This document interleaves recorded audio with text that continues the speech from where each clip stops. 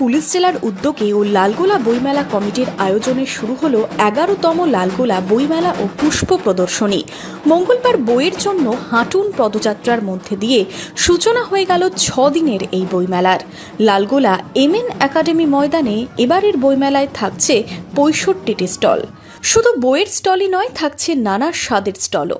এদিন মেলার সূচনা করেন অ্যাডিশনাল এসপি লালবাগ রাশপ্রীত সিং সহ পুলিশ প্রশাসনের আধিকারিকরা। আমি সবই লালগোলা পার্টিসিপেট করুন। বই মেলা মানে জ্ঞান, বই মেলা মানে আনন্দের জায়গা।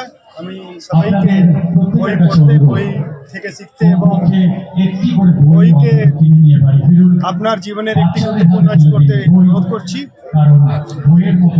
আমি আশা করি মুর্শিদাবাদ পুলিশ আপনার সহযোগিতা নিয়ে লালগোলাকে ওর এগিয়ে নিয়ে যাবে। প্রতিদিনই থাকবে প্রতিযোগিতামূলক অনুষ্ঠানের পাশাপাশি সাংস্কৃতিক অনুষ্ঠানও। বইমেলায় বইয়ের স্টল রয়েছে 23টি। টোটাল আমরা এখানে 65টা স্টল টোটাল, তার মধ্যে 23টা হচ্ছে বুক স্টল, ফটোগ্রাফি থেকে আরম্ভ করে কমার্শিয়াল স্টল আছে, বিভিন্ন মিলে 65টা স্টল আছে।